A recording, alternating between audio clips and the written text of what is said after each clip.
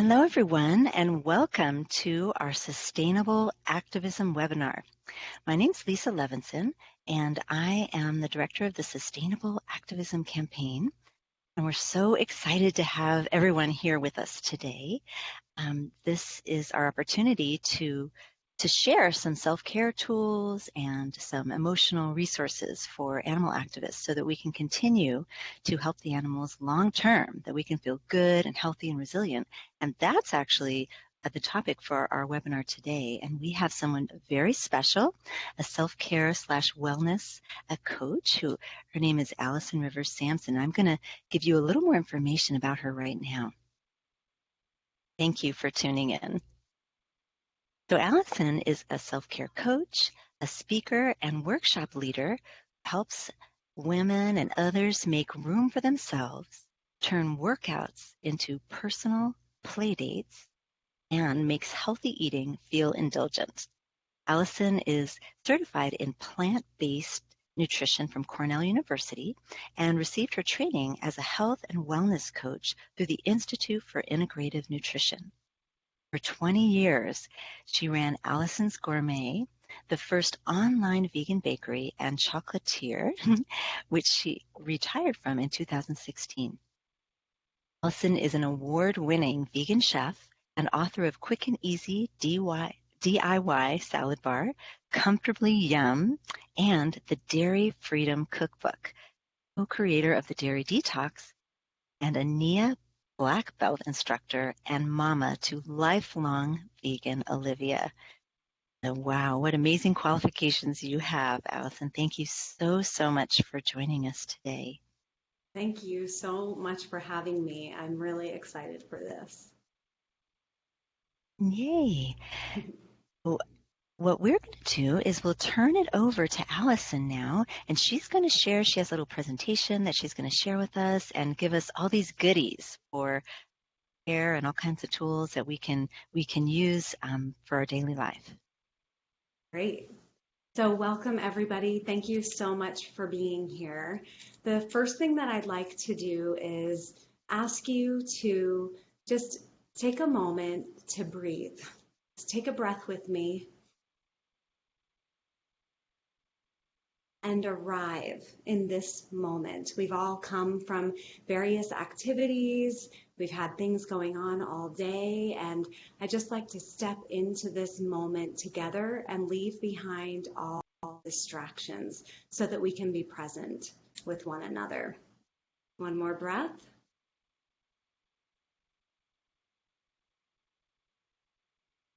Thank you. I'm going to share my screen here.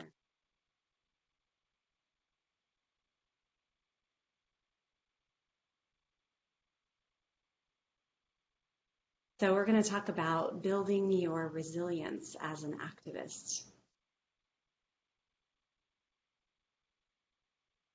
For those of us who are awakened, animals are everything. The moment you became aware of their immense suffering, something inside you lit up. Even though you may not have been able to take action the instant you learned of these horrible truths that happen to animals, it struck a match in your heart.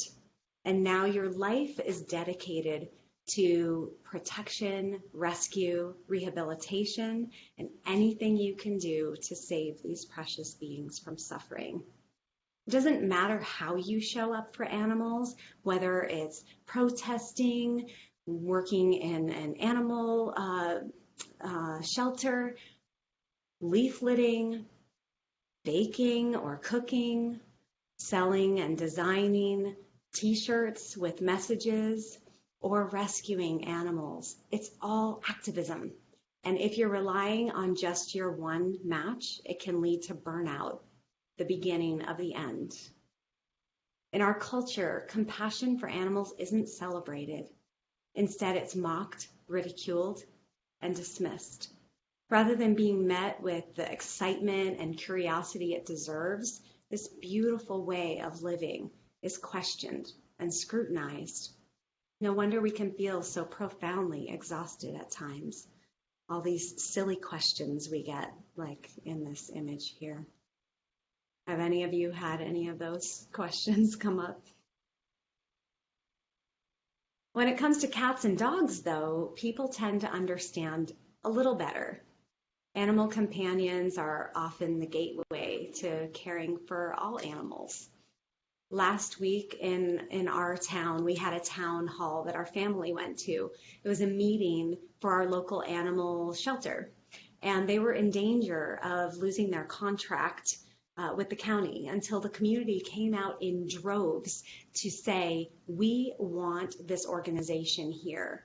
Nearly 1,000 people crowded into this large event hall and spilled out the doors.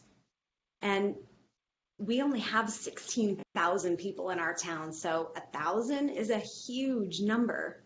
Although I was proud of our little town for speaking up for cats and dogs, I couldn't help but feel sad that we don't usually show up for farmed animals in this way. I live for the day when we do. Even though mainstream society hasn't caught up yet, we know the animals can't wait. For now, they have only us, and this is why our work must continue. That can feel like a tremendous weight to bear, and it often feels like too much.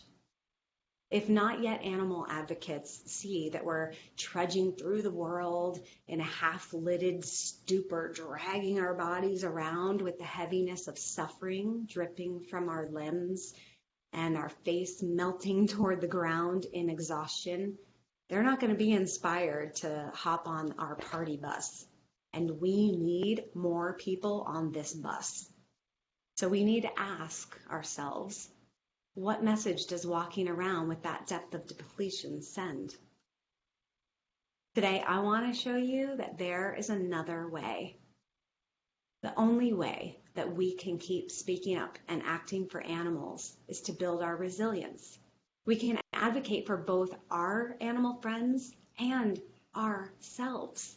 Instead of feeling torn between rescue and selfishness, we can live our lives as though there's enough to go around. We can move through life with that kind of energy, and when we do, people will be attracted to our movement and want to jump in and help too. Our bus might get really crowded. Wouldn't that be amazing? When I was 2, I started begging for a sibling. Although I never got a human brother or sister, I got someone even better. This is Tippy. She was my birthday present when I turned 3. Tippy was every bit my sister. I took her everywhere, and we did everything together. When she had puppies a couple years later, I was her nurse. Luckily, there were willing homes for all of the puppies, and thankfully, my mom got Tippy spayed after that. But one of the puppies we got to keep, and I was thrilled. Tippy was generous to share him with me as our baby. I named him Pepper. Pepper was a cockapoo, and most people thought that he didn't realize he was a dog. I taught him how to dance. He would stand on his hind legs and put his paws up on my shoulders as we rocked side to side. Pepper gave the best hugs. I didn't know that it wasn't normal for dogs' front legs to open up and give a hug like our humans' arms do. Pepper's did. I think it was from all the times I had given him hugs when he was growing. We shared so many special moments together, playing, watching each other, singing together, and my favorite, snuggling. I am sure I went to school every day smelling like a dog since I went against my mother's insistence that I not let the dogs sleep under the covers with me. How could I resist? Tippy and Pepper planted seeds in my heart that have grown into a forest of love for all animals. Unlike my daughter, I grew up eating the standard American diet, watching my family as they struggled with their health. My mom and grandmother were constantly talking about the latest diet they were trying, and there were some bizarre ones. The one that stands out the most to me was that my mom wore this vinyl suit that promised to sweat the pounds right off of her body. As I heard them talking, I knew there had to be a better way. I didn't know what it was. I was sure going to find out. So I did what I always do. I started looking for answers in books, talking to people, and seeking anywhere I could find. So naturally, that means I spent a lot of time at the library because we didn't have Google in the 80s. What kept showing up in book after book is that what we eat has a direct effect on our health. With everything I know now, it's embarrassing to admit what a revelation that was to me, especially since my mom was a nurse. But as we know, medical training offers little information on nutrition. That major omission in her education would be my mother's lifelong struggle and my lifelong fuel. From the moment I first said the words, "That's not fair," a spark for justice burst in my heart. I first fought for myself, then for my Allison's Gourmet customers and my family. And when I realized I needed to stoke that fire with more oxygen, I retired from being a vegan chef so that I could dedicate my life's work to fighting for you. Think of yourself as a body of water.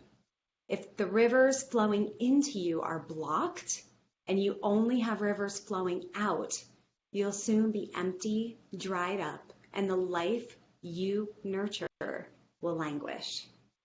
Opening the inflows brings fresh energy, aliveness, and the possibility for life to flourish. This is prioritizing your resilience. Even the mighty ocean needs to take a moment to rest on the shore sometimes. Take another breath now.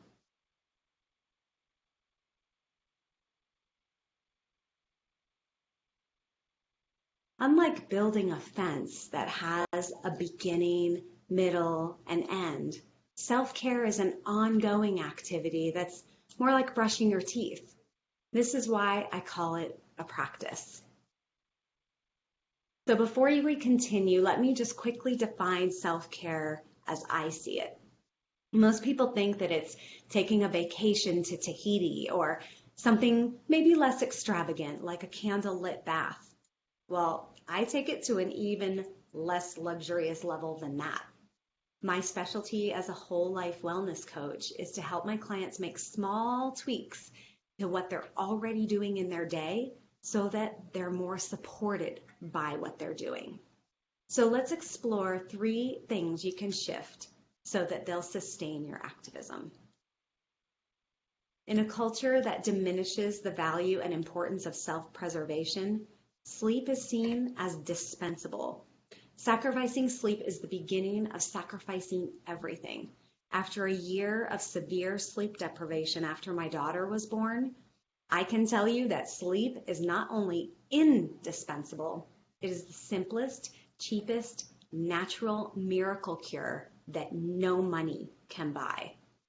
Without enough sleep, we're prone to more anxiety, depression, irritability, overwhelm, and even confused thinking. Getting enough sleep, on the other hand, allows your brain to rest, which helps you think more clearly. It improves digestion, regulates moods and hormones, and recharges all of your systems. As expert sleepers, animals can be our teachers. What I love about sleep is that it doesn't cost a dime, and it's easy to objectively evaluate whether or not you got enough. Once you know your sleep number, if you don't get it tonight, you can go for it again tomorrow. And even though getting enough sleep is often seen as a luxury by some people, that's only available to certain people, it's not. Quality sleep is essential to our ability to function as activists. Lisa, is now a good time to ask everyone to answer a question in the chat box? Sure, this is a great time. Okay, good. So here's my question to you. Do you know how many hours of sleep you need each night? Now, before you answer, I'm not talking about how many you can get by on. I mean what you truly need. Here's a hint. Most people need between 7 and 9 per night. So what is your sleep number? Like the number where of hours where you wake up and you feel refreshed? Can you type it in the chat box, please?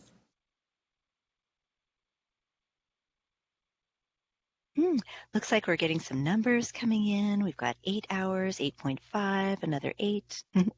Good, good. Okay, that's great. So my ideal is 8, but sometimes life is just too interesting to go to bed. Does that ever happen to any of you?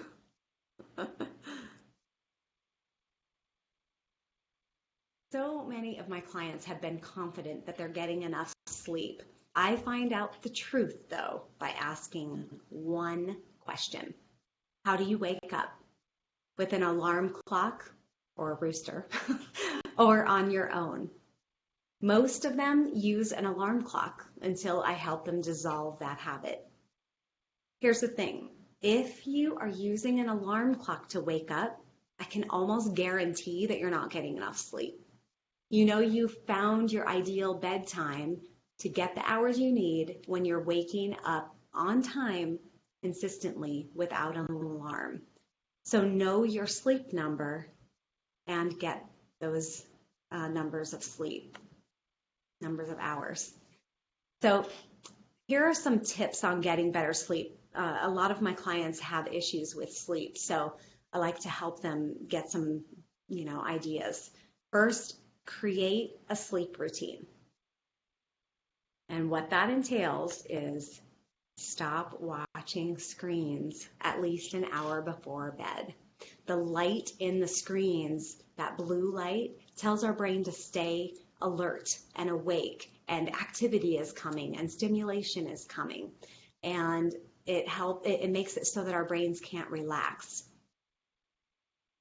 Put a bedtime reminder on your phone if you're someone who is on your phone late at night, or on your computer, like I am sometimes writing. I have a little reminder, kind of like, on my calendar for an appointment. And at 9 o'clock, mine says, turn off screens. And that gives my cue and my clue to stop doing all that activity and turn everything off. And then you can also play relaxing music as you're getting ready for bed, just to set the stage. And when you're in setting up your room for optimum sleep, you want it to be cool, like about 68 degrees, dark. So maybe you might sleep with a mask, or if you have blackout curtains. The reason that you want that is that the darkness helps your brain create melatonin, which is a hormone that regulates your other hormone functions. It sets your whole moods and all kinds of things. Melatonin is so important. And here's a tip. If you can see, when it's dark, if you can see your hand in front of your face when you hold it up, your room needs to be darkened. So you can try that tonight. Or you can also put the mask on. And also have your space be quiet. I like to use earplugs so that I don't hear any sounds. I'm kind of a sensitive sleeper after my bout with, I say bout, a long time of sleep deprivation with my daughter. Please also leave your phone out of your room. You don't need it in there. If that's what you're using for an alarm clock, we've already taken care of alarm clocks, right? So keep the phone out of your room, and you can even turn your Wi-Fi off just to set kind of a calming energy in your space. I also like to read some light fiction before bed. Sometimes, we can get into reading things that are really stimulating, and that can activate the brain, which we don't want. So if you read something that's light fiction, that can really help. And one of my new pleasures, I've always been reading business books and all kinds of things related to work or activism or self-help. Even that is telling your brain to work. So I've recently discovered young adult fiction, which I probably wouldn't have allowed myself to read in the past. And now I just love that it's so, like, I don't need to think about it. It's just this way of decompressing. And then if you have a typical daily schedule, 9:30 is a good time to start getting ready for bed. And remember, you can have that reminder if you haven't already done that at 9 o'clock. And then 10 o'clock is lights out. So this is if you need 8 hours of sleep like me. So I go to bed at 10, wake up around 6. Now, one thing I want to mention is that I'm often asked my opinion about naps, and I say yes to naps. So there are two things though. One, make sure it's happening before 2 o'clock in the afternoon. And two, make sure that they only last for 20 minutes. So if it's any longer than 20 minutes, it could impair your sleep. And if it's after 2 o'clock, it could also interrupt your sleep. So also, even if you just lie down horizontally for 20 minutes, that will give you the rest you need. You don't even have to fall asleep, because just that act of being horizontal will help your parasympathetic nervous system. That's the one that calms you down. It will help engage that so that you can be calm and less anxious during the day. So moving on to the second one. First we had sleep. Now, closely behind sleep is what I call self-talk. You know, that voice inside your head? So how does it sound? Is it more like a bestie or a bully? Is it the same voice that you would use with an animal friend? So often we try to motivate ourselves with kind of this critic and kind of drill sergeant voice, even though it's been proven over and over that encouragement is much more, well, encouraging. So the thing to notice and realize is that that drill sergeant is actually has a purpose. There's a reason that that voice is doing that. It's actually trying to protect you, and it just doesn't quite understand how to do that the best way.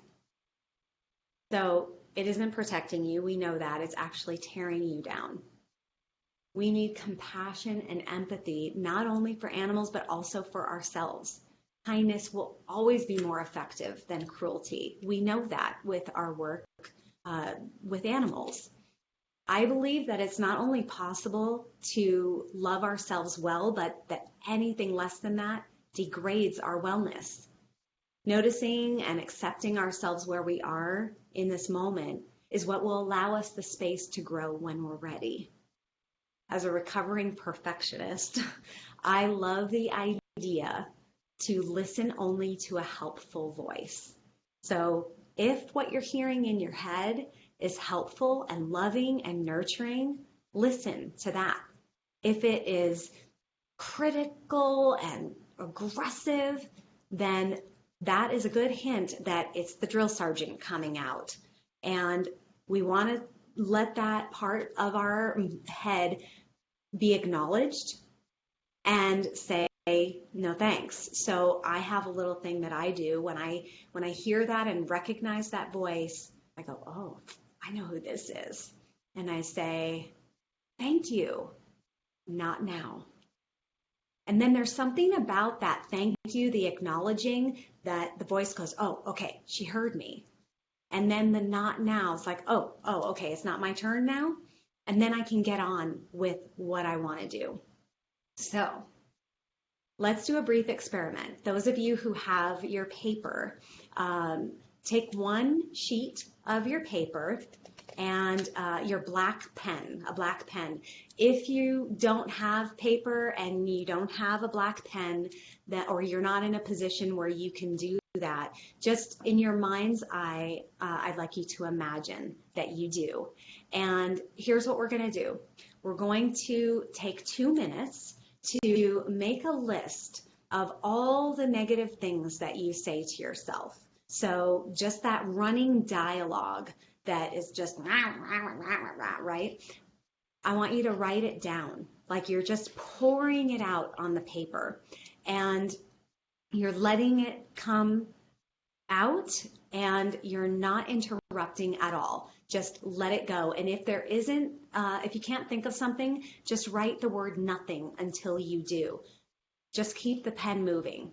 Keep on writing. So, ready? Here we go. 2 minutes. I'm going to do it with you.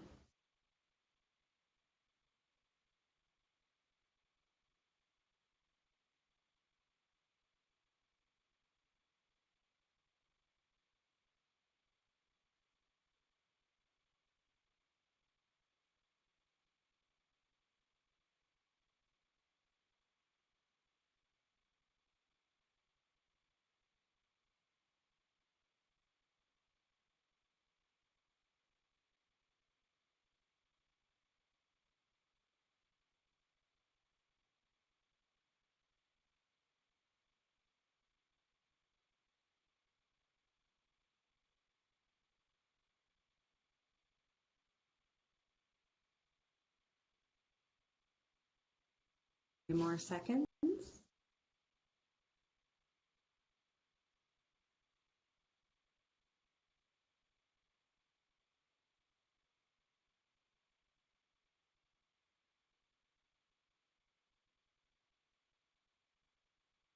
Okay, you can put your pen down now. Breath. So I'd like you to just take a moment and look at your list and notice how you feel when you read some of those messages. How would you feel if someone you love said these things to you? Would you ever say any one of these things to an animal? Now, take another sheet of paper and a different colored pen if you have it. And what I'd like you to do is start a new list of encouraging things you can say to yourself. Maybe they counter what you already wrote, or maybe they're just loving affirmations or acknowledgments of yourself, that things that you see in yourself that you like. How would you say this to an animal? For example, on those other ones, let's say, a dog wrote down, "Oh, you're so dumb. Why did you pee on the rug again?" Maybe you might say, "Oh, honey," maybe this is an incontinent dog. You would never say that. You'd say, "Oh, honey, I'll clean that up for you. It's okay." And you'd give the dog a little pet as you cleaned it up. And you might even feel frustrated, but you wouldn't take that out on the animal. So come from that place, that understanding, nurturing voice. So let's take 2 minutes and do this with your other colored pen. And I'm going to do it with you. Ready? Go.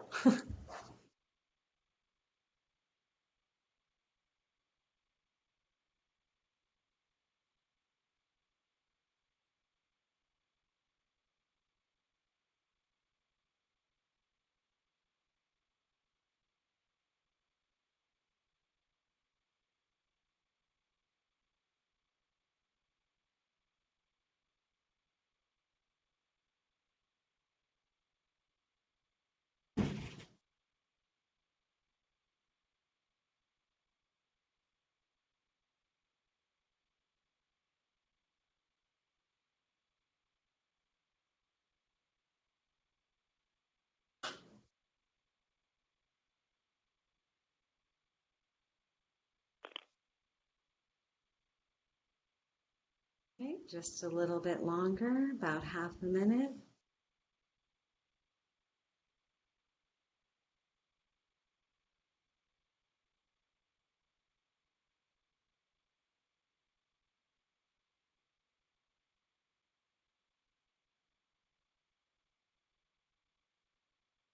Okay. Right, so take a deep breath in.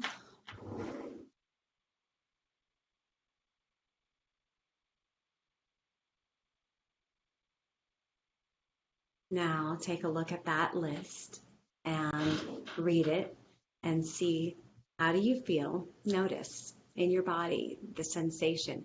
How do you feel when you read that list? And how would it feel if someone you love said these things to you? How would you feel if you heard someone saying these things to an animal? Much better, right? So now you get to choose which list you want to keep. If you'd like to let go of the negative list, I invite you to tear it up into small pieces and safely burn or bury it. You want to do it together? If you want, I'm not saying you have to do that, but I'm going to tear mine up and burn it later. This is the thank you not now list, right? And you can keep the positive list, if you choose to keep it, in a place that's special whenever you want to be reminded of how precious you are. Right. Well, thank you for doing that exercise with me. Secondary trauma is another name for compassion fatigue. It comes from being exposed to someone who is suffering. Secondary traumatic stress is, you can think of it like contagious post-traumatic stress. So it's similar to the way yawning and laughter are contagious. This happens when mirror neurons are fired. So these are the wires in the brain that make us mimic someone else's behavior. Secondary traumatic stress makes your brain feel and respond as though the trauma is happening to you. All this stress can get stuck in the physical body, and the stuck sensations and emotions can contribute to illnesses as benign as a cold or as extreme as a chronic disease. One way to move that energy is to move that body. Note that I didn't say exercise. There's a reason. So even though I teach weekly movement classes, I have a confession. I don't like to sweat or exercise. So I don't do it. And yet our bodies are made to move. So instead of exercising, I've found movement I love, and I do that. So I practice and teach a holistic movement form called Nia that combines dance, martial arts, and healing arts like yoga. And when I do it, I am having so much fun that I don't even realize that I'm getting the bonus side benefits of sweating and exercising. Movement can be a daily walk, biking, riding a bike, running, swimming, hiking, dancing, or any kind of movement that you enjoy. Movement is so essential to healthy living. It's second only to what we're eating. So what we eat is the most important, and the way we moving is second most important. Movement is medicine. And if you don't like to exercise like I don't, find movement you love and do that. One of the quickest ways to relieve stress is to turn on a song that's emotional for you, that like incites emotion, and get your boogie on. And I would like to propose that the song called Fight Song by Rachel Platten is a fantastic activist anthem. So you can get that song going, and if you're having a particularly big emotional experience in the moment, go as hard as you can, as big as you can. The whole song, even 3 minutes, will give you a huge, huge energy release. So we've talked about some really simple things today. Getting enough sleep, cultivating your inner bestie voice, and moving your body as all easy ways to shift activities that you're already doing so they can better support you and the irreplaceable work you're doing. We all know what we should be doing to take better care of ourselves, but few of us actually do it. Activists pour out so much energy that depletion has become a way of life. Half of us experience such profound emotional and physical exhaustion that the only way to get relief is to shut down and leave the movement. The animals need us to stop this epidemic now. Ignoring our own needs creates more suffering for activists and for those we're working for. You can choose right now to be a part of filling our movement with people who are taking care of themselves and animals so that we will be a strong and powerful force of love and compassion in the world. Just like a match that only has so much fuel to burn, sometimes it feels like we're all alone until we realize that we're actually part of a team. So take a moment now to feel the flame that first sparked in you and commit to giving yourself that same fierce dedication that you give the animals, and maybe even encourage other activists to do the same. This is what will sustain the fire in your heart and grow our movement so that we can help even more animals. One of the things I do in my coaching practice is help activists create supportive routines. The first step is to get my free self-care starter kit. And Lisa will be putting the link that's up on the screen right now in the chat box, but you can also see it there. It's a short link, bit.ly/start-self-care. And once you get that, then you can email me and we'll set up a time to talk about working together if that's something that you'd like to do and are ready to do. I also have a very special invitation for you. The second weekend of June, I'm partnering with In Defense of Animals and the mindful vegan author Lanny Mulrath, and we are presenting a mindfulness and self-care retreat.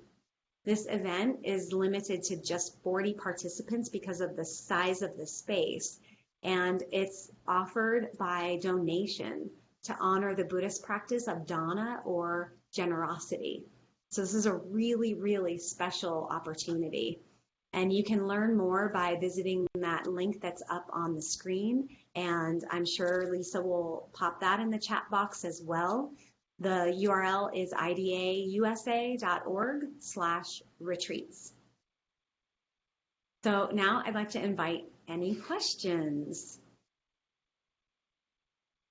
You can type them into the chat box and Lisa will read them to me.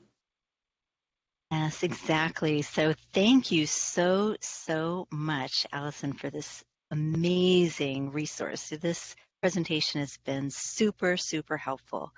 I know I learned a lot. And I wanted to invite everyone, this is our official Q&A time. So if you have any questions, you can type them into the chat box, or you can also, if you'd like to, you can, if you're on our Facebook Live watching with us there, you can also type them into the comments. And another possibility is if you're with us on the telephone, you can press *4 and unmute yourself. You're also welcome to turn on your webcam if you'd like to converse with us that way. So there's lots of ways to reach out to us. If you have any questions, please let us know. Okay, I have one from Amy. She's asking, as a vegan, do you take supplements? So first I want to say that I am not a doctor, even though I'm a wellness coach and I have training in nutrition. I'm not a nutritionist. So whatever you take with this, just check it out with your doctor so that you know that it's right for you. But I do take B12. I take a spray that is sublingual. I also take vitamin D, and in the past, as vegans, we could only get D2, which isn't as efficiently converted as D3. D3 used to only be sourced from lanolin, which is like sheep's oil from their skin. And so now they've discovered a way to get D3 from algae or from lichen, which is something that grows on trees. Kind of cool. So you can get vitamin D, and then I would also add that to eat plenty of greens so that you can get vitamin K to go with the vitamin D for to make it more absorbable. And let me just mention also that these two things, and the third one I'm going to mention, it's not just vegans who need this. We are all deficient in this, and that's because of our depleted soil. So the third one that I take is DHA that's coupled with EPA. So people say, oh, get your omegas. That's the same as your omega 3s. And a lot of people think, oh, you can only get that from fish. But where do the fish get it? From algae. They get it from plants. So we can go directly to the plants. And there are different brands that are available out there that have the DHA and EPA, and they're vegan sources. So if you want me to send you the different brands I like, you can also, when you request that self-care starter kit, you'll get my email address. Actually, I can just tell it to you here. It's hello@AllisonRiversSamson.com. So you can just email me and I'll send you that information if you'd like. So B12, D with K, and you can supplement that if you just want to cover your bases, if you feel like, well, maybe, am I sure I'm getting enough greens? And DHA, EPA together. Are there any questions coming in, Lisa? So right now, someone asked if we can reiterate the first couple things that were discussed in the beginning. So I think you went over the main things that you wanted people to, the main self-care suggestions. Okay, sure. So the three areas are get enough sleep, and we talked quite a bit about that and how it's so important to get the sleep you need. And we talked about how we talk to ourselves, that voice in our heads, whether or not it's an inner bestie or an inner bully. And the third one was movement, moving your body. And if you didn't catch it, there is going to be a replay. So make sure that, Lisa, how do people get the replay? I know that was a question some people were asking. Oh, well, I have a simple answer for that. When you register, what happens is we have your email so we can send you the replay link, and we do that the day after all of our webinars. So when you register, the very next day, you will get the link. The link to the replay. So if people haven't registered now, for example, the people who are on Facebook Live, if they go register now, then will they get it? Do you know? If they register now, let's see, yes, you will get it as long as you register before I send the replay link, which will be sent tomorrow. Okay, so maybe could you in the chat box maybe put is it possible for you to put the link to the registration page? Yes, I can do that. And maybe on the Facebook Live page too for the people who are there? Sure. Okay, so if you've joined our webinar in the actual webinar, then you registered already, and so I will go ahead and put it in the Facebook Live feed for those people who didn't register. Yeah. Great. And I have here's another question. What is your favorite breathing exercise? Ooh, this is a good question I love. So one of the things that I like to do when I'm feeling anxious or nervous about something is to take a deep breath and then exhale in succession. So I'm going to demo it for you, and then I'm going to invite you to do it with me, and then I'll tell you why it works so well. So here we go. This is how it goes. It's an inhale.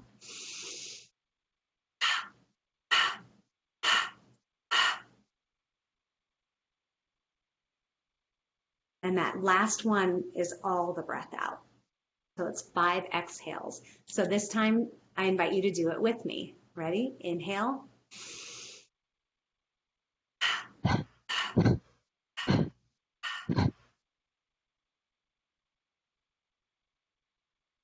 And we'll do one more.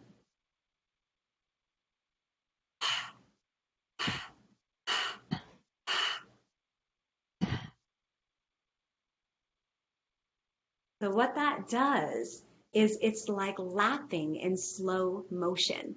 So the ha, ha, ha, ha, ha, right? And so that releases all kinds of stress from the body. So if you don't have a chance to get your boogie on or run or hike or do that movement that you really love, this is a fantastic way to just root and release any anxiety that's up for you. So I love that breathing. Any other questions out there? Let's. I have two more if there aren't any in the Yeah, moment. I'm not seeing any in the chat box, so I think you can. Okay, Go forward. Yeah. great. All right, so Rena asked how to deal with the infighting that happens within the vegan community on top of all the other things that we're dealing with. And the first thing I want to say is there is no easy answer to this, and I'll tell you how I deal with it. I believe that we need all the voices in the choir, even the voices that aren't mine. So I'm kind of an alto to soprano. I'm not going to get those really low notes, and I'm not going to get those really high notes. And that's okay. Somebody else will. So even if someone is saying something that I don't agree with, there may be someone out there who that's exactly the way they need to hear the message.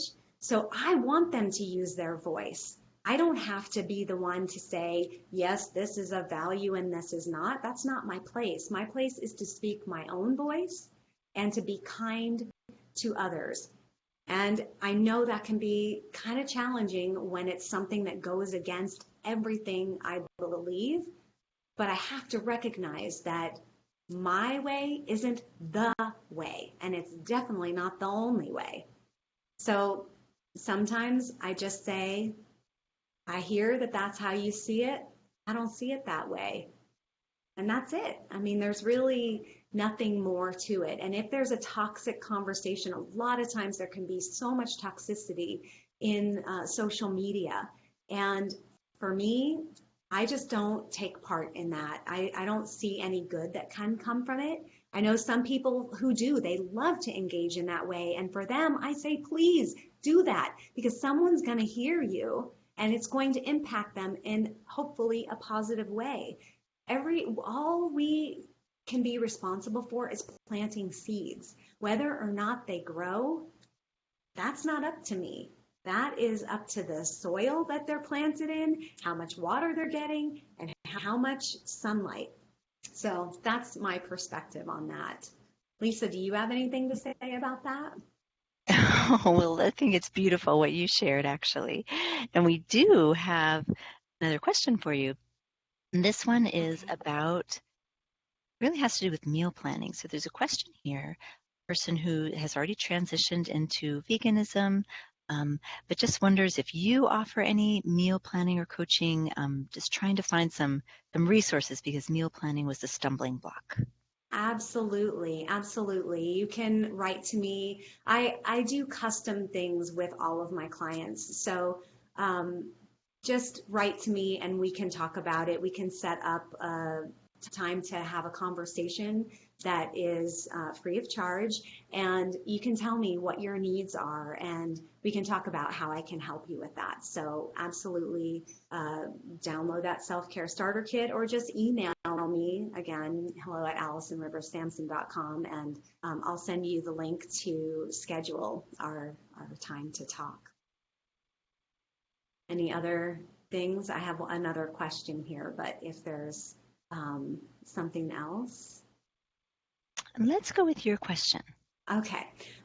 So Amber asked, this one's really tricky. How can I learn to confidently and simply state my truth to trusted loved ones when I know it may hurt them or they might take it personally and could cause them to feel differently about me? And she pointed out that she's doing it not only for them, but also for herself and the animals. So I love this question. And the thing that I want to say at the very beginning is that I don't have all the answers. I don't get it right every time. This is a growing live practice for me. So first thing I do is take a breath. That's always my go-to. Breathe. And her example was a pretty intense one where someone invited her to a party where they were going to be roasting a pig. And she's vegan and she loved this person. And yet there was no way she was going to be a part of that. That to her was more of a horror than a celebration. So in that scenario, and the key that she said, there was a key word. She said, a trusted friend, trusted loved one.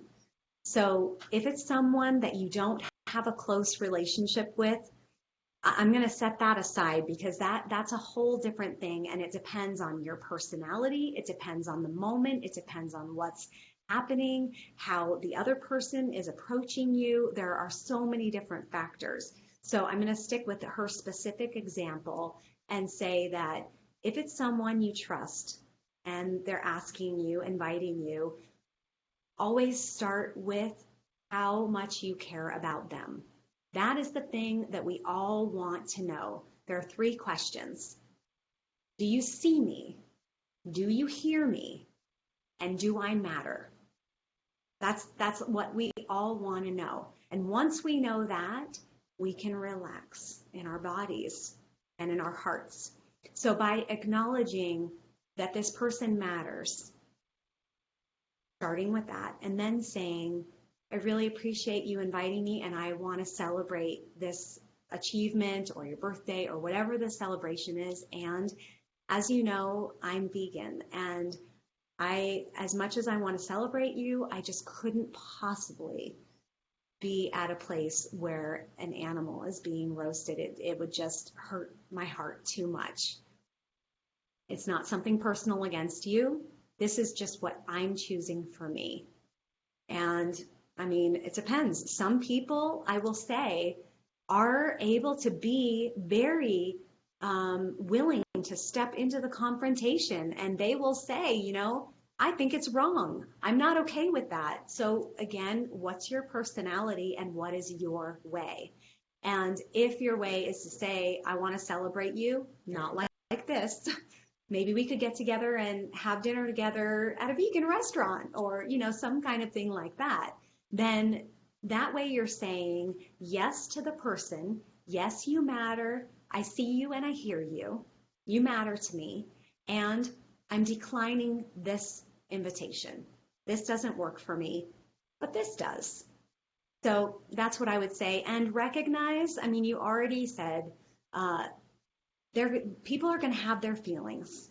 There's nothing we can do about that. All we can do is speak our truth with love and kindness. And how it lands and what the person does with it isn't up to us. Yeah, that is very wise. Very wise. I think so many of us have had similar questions and invitations and really opportunities to talk with our friends and families about our values and what we think is important about the animals. Yes, it's true. Yeah, and we actually had a request if you could repeat those 3 questions that you mentioned in that answer. Absolutely. Do you see me? Do you hear me? Do I matter to you? I'm pretty sure that comes from Oprah. Oprah's wisdom. Fabulous wisdom. And Yes. I appreciate being able to apply it towards animal rights issues and towards family dynamics that involve this. So it's really important message to pass along. Yeah. Some folks are so excited about what you're sharing. We're getting lots of positive feedback and messages. People are saying they're looking so forward to talking with you more. People are just expressing their gratitude. So I wanted to share that with you. Oh, thank you. Yay. Yeah. And I'd like to take a moment to let everyone know that we had this opportunity to do this webinar with Allison today, and we are going to be, she's one of our featured instructors at our upcoming mindfulness retreat. And that if you're in the Bay Area or if you're willing to travel to the Bay Area in San Francisco, we have a retreat, a mindfulness and self-care retreat that will be happening. And we'll also have another person involved who is a friend, let's say, of Allison's and also of mine, Lanny Mulerath. And some of you may know her because she did a webinar with us as well. And this one was on mindfulness. So she wrote a book called The Mindful Vegan, and we're putting both of these fabulous women together to lead this weekend retreat, and it's going to be at a lovely place called Banyan Grove, and we'll be really focusing on issues that affect activists doing mindfulness, restorative yoga. We get to try some of this movement practice that Allison does, the Nia, and also she's going to lead us in a more detailed workshop. We got a little piece of it today, but a little bit more. So I hope you can join us. The website for that is idausa.org/retreats. I have that on the screen right now, if you can see that. Yay, I can see it. That's awesome. Great. Aw. Okay, so let's close now. Are we ready for that? Yes, we are. Okay, great. So I hope that you can now see that as animal activists, we have an even greater responsibility than we already thought. For the longevity of our work and for the sake of animals, we absolutely must shift the belief that caring for ourselves is a selfish indulgence and see it as the necessary ingredient for our activism that it is. I urge you to please prioritize taking care of yourself. If you don't, your clock is already ticking. It's already running out. Take this as your wake-up call. We need you for all you do for animals. It's not always obvious how much your work is appreciated. Being misunderstood by friends and family hurts. Being mocked hurts. As activists, you are doing the reparation work for our entire society, our whole species. This is a huge, huge job. So on behalf of all humans, thank you. Thank you for being the one who knows the animals who need space and those who need snuggles. Thank you for being with them when their bodies are injured and in need of comfort and safety on their terms. Thank you for speaking up for the voiceless. And thank you for taking action when others would walk by. You matter more than you realize. You deserve to take care of yourself. And I hope that you will do that consistently, starting right now. Thank you. Thank you so much, Allison. That's such a beautiful, beautiful way to end our webinar today. And thank you for all the wisdom that you shared with us. We are so grateful. And this is exactly why we started the Sustainable Activism Campaign, was to provide resources for animal activists so we could continue fighting for the animals, taking care of the animals, and being their voice. It's really, thank you for doing that. Yeah, it's been an honor. So we hope that you all will join us. We do these webinars every month, and we hope that you'll be able to tune in to our next one. It's the first Thursday of the month, and we do have a vegan spirituality webinar coming next week at this same time, and that one will feature Rob Monroe of the Humanitarian Church, which is a vegan church. So we'll be able to talk about that too. Awesome. Well, Thank Lisa, you. I want to thank you so much for having me and In Defense of Animals. Thank you for making this possible. And thank you to everyone who showed up. I'm just so grateful that we got to spend this time together. And I just want to take one last breath together as we step out of our time together and into our next activity of the evening. And maybe think about how you're going to do your sleeping tonight. So take a breath.